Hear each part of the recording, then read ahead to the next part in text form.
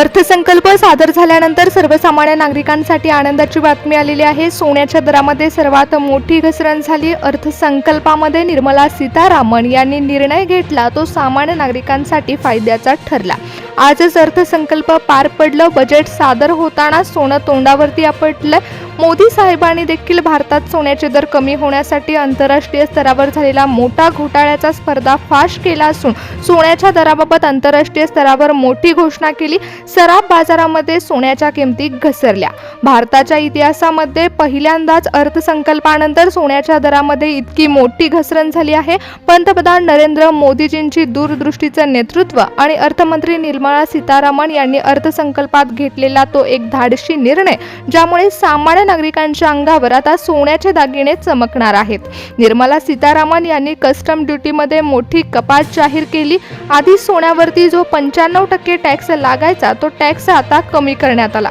सोन्यावरती लागणाऱ्या टॅक्सची किंमत कमी झाली असल्यामुळे सोन्याच्या दरामध्ये मोठी घसरण झाली आहे। थोडक्यात सांगायचं तर नरेंद्र मोदी सरकारने आणि निर्मला सीतारामन यांनी अर्थसंकल्पामध्ये केवळ आकड्याचा खेळ न खेळता अर्थसंकल्पामध्ये थेट सामान्य नागरिकांच्या खिशाचा विचार केला आहे। जगात सोन्याच्या किमती या ठराविक देशांच्या आणि बँकांच्या हातात असायच्या, त्यामुळे सोन्याच्या दरामध्ये इतका मोठा उच्चांक गाठला होता। 1.5 लाखाच्या पार सोन्याच्या किमती उंचावत असताना मोदी सरकारने ब्रिक्स देशाच्या माध्यमातून डॉलरवरचा अवलंबन कमी करण्याचा प्रयत्न सुरू केला।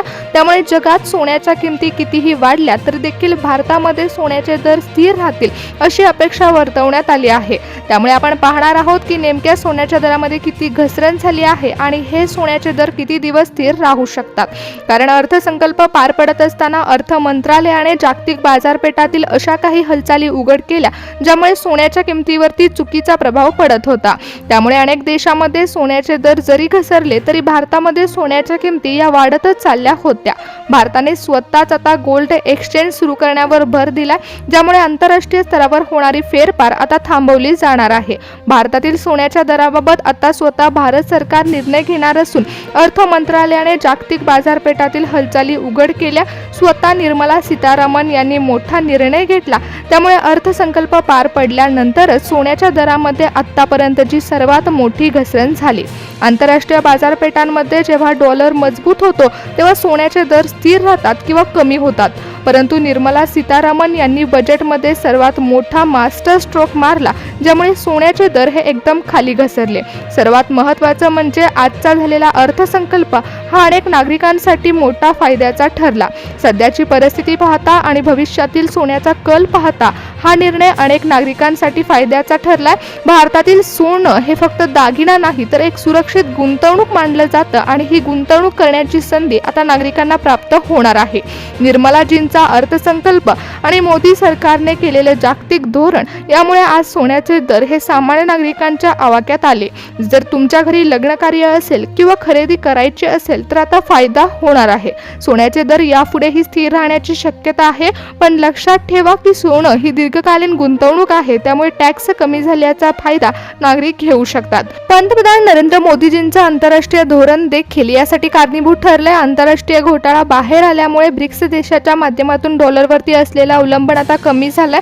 नागरिकांनो, अनेक बँकांनी सोन्याचा साठा करून कृत्रिमरित्या भाव वाढवले होते, ज्यामुळे भारतामध्ये सोन्याचे दर इतके उंचावले गेले। भारतीय गुप्तचर यंत्रणेने आणि अर्थ मंत्रालयाने जागतिक बाजारपेठांमध्ये विशेष लक्ष देऊन या हालचाली उघड केल्या, ज्यामुळे सोन्याच्या किमतीवरती होणारा चुकीचा प्रभाव आता थांबवण्यात आलाय।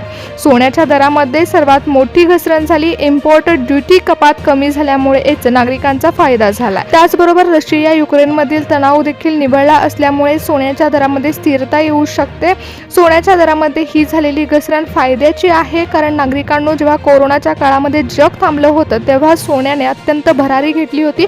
सोन्याचे दर 50च्या पुढे गेले होते।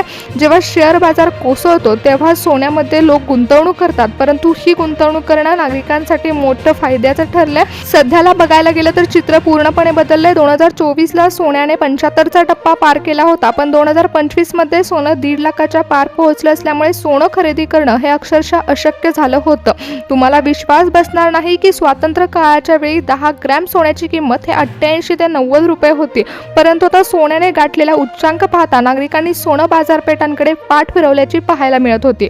परंतु आज निर्मला सीतारामन यांनी कस्टम ड्युटीमध्ये कपात केली असल्यामुळे सोन्यावर लागणारा 95% टॅक्स आता कमी होतो. त्यामुळेच नागरिकांना मोठ्या प्रमाणात फायदा होऊ शकतो. सरकारला हवं होतं की सोन्याची तस्करी थांबली पाहिजे आणि सामान्य नागरिकाला सोनं खरेदी करणं शक्य झालं पाहिजे. त्यामुळे आता सरकारने याकडे लक्ष दिलं होतं.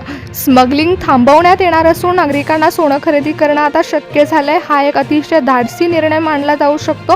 निर्मला सीतारामन आणि नरेंद्र मोदी साहेबांनी बैठकीमध्ये जो निर्णय घेतला तोच निर्णय अर्थसंकल्पामध्ये जाहीर झाला. दोघांच्या विचाराने भारतीय नागरिकांसाठी महत्त्वाचा निर्णय घेतला. त्या निर्णयामुळे केवळ ग्राहकांचा फायदा नाही तर देशातील कोट्यावधी कारागिरांना देखील काम मिळणार आहे. भारतातील प्रत्येक नागरिक हा गुंतवणूक करत असताना सोन्यामध्ये गुंतवणूक करतो. त्यामुळे पंतप्रधान नरेंद्र मोदीजींचं ध्येय होतं की भारताच्या सामान्य माणसांची बचत ही सोन्याच्या रूपामध्ये असतं तर सोनं कमी किमतीमध्ये भारतामध्ये उपलब्ध झालं पाहिजे. कारण जेव्हा सोनं स्वस्त होतं तेव्हा मध्यमवर्गीय कुटुंबाची आर्थिक ताकद वाढते. पण आता सोन्याचे दर पाहता नागरिकांनी लग्नसराईमध्ये देखील सोनं खरेदी करणं थांबवलं होतं. मग अशाच ठिकाणी निर्मला सीतारामन यांनी भारतीय नागरिकांचा विचार करत आंतरराष्ट्रीय स्तरावर होत असलेल्या अनेक गोष्टी थांबवल्या. आंतरराष्ट्रीय स्तरावर सोन्याच्या तस्करीला लगाम घातला. अधिकृत व्यापाराला चालना देण्यासाठी स्वतः मोदी साहेबांनी निर्णय घेतला आणि त्यांचा हा निर्णय भारतीय नागरिकांसाठी मोठा फायद्याचा ठरला आहे. बजेटमध्ये सोन्यावरील इम्पोर्ट ड्युटी आयात शुल्क कमी झाल्यामुळे सोन्याचे टॅक्स निम्म्याहून अधिक कमी झालेत. त्यामुळे ते सोन्याच्या दरामध्ये इतिहासातील सर्वात मोठी नोंद झाली आहे. गेल्या 6 महिन्यापासून सोनं स्वस्त होण्याची वाट नागरिक पाहत होते. पण मोदी सरकारने नागरिकांची इच्छा पूर्ण केली असून सामान्य नागरिकांच्या चेहऱ्यावर आनंद पसरला. सामान्य नागरिकांना देखील आता सोनं खरेदी करणं शक्य झाले. शेअर बाजारातील चढउतार पाहता मोदी सरकारने सोन्याचे दर कमी करून सामान्यांना गुंतवणुकीचा एक सुरक्षित पर्याय पुन्हा एकदा उपलब्ध करून दिलाय. बजेट नंतर आता सोन्याची मागणी ही मोठ्या प्रमाणात वाढू शकते.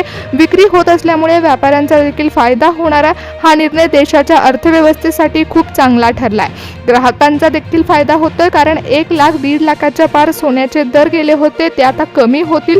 व्यापारी देखील खुश आहेत कारण नागरिक खरेदी करणार आहेत. बाजारपेठामध्ये गर्दी होऊ शकते आणि देशाच्या अर्थव्यवस्थेसाठी हा पर्याय उत्तम आहे.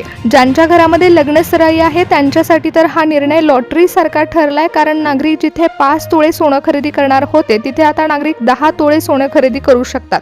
इतकी रक्कम आता नागरिकांची बचत होऊ शकते. सामान्य नागरिकांच्या खिशाला परवडणारे दर आता जाहीर झाले असल्यामुळेच मोठ्या प्रमाणात नागरिकांची बचत होणार आहे. त्यामुळे सोनं खरेदी करण्यासाठी नागरिक मोठ्या प्रमाणात गर्दी करू शकतात. पंतप्रधान नरेंद्र मोदी साहेबांनी घेतलेला हा धाडसी निर्णय आणि भारताच्या इतिहासामध्ये पहिल्यांदाच अर्थसंकल्पामध्ये सोन्याच्या दरामध्ये झालेली ही मोठी घसरण नागरिकांना दिलासा देणारी ठरली. अर्थसंकल्पानंतर सोनं स्वस्त झाले. निर्मला सीतारामन यांनी घेतलेला मोठा निर्णय आणि मोदीजींनी घेतलेला हा निर्णय आंतरराष्ट्रीय स्तरावरती मोठा फायद्याचा ठरला आहे. सोन्याचे कोसळलेले दर यामुळे खरेदी करण्यास शक्य झालेल्या नागरिकांची बचत आणि अर्थमंत्री निर्मला सीतारामन यांनी बजेटमध्ये घेतलेल्या निर्णयामुळे सामान्य नागरिकांच्या खिशाला परवडणारे दर आता जाहीर झाले. सोन्याच्या दरामध्ये सर्वात मोठी ऐतिहासिक घसरण झाली असून भारतातील सोन्याचे दर हे घसरले.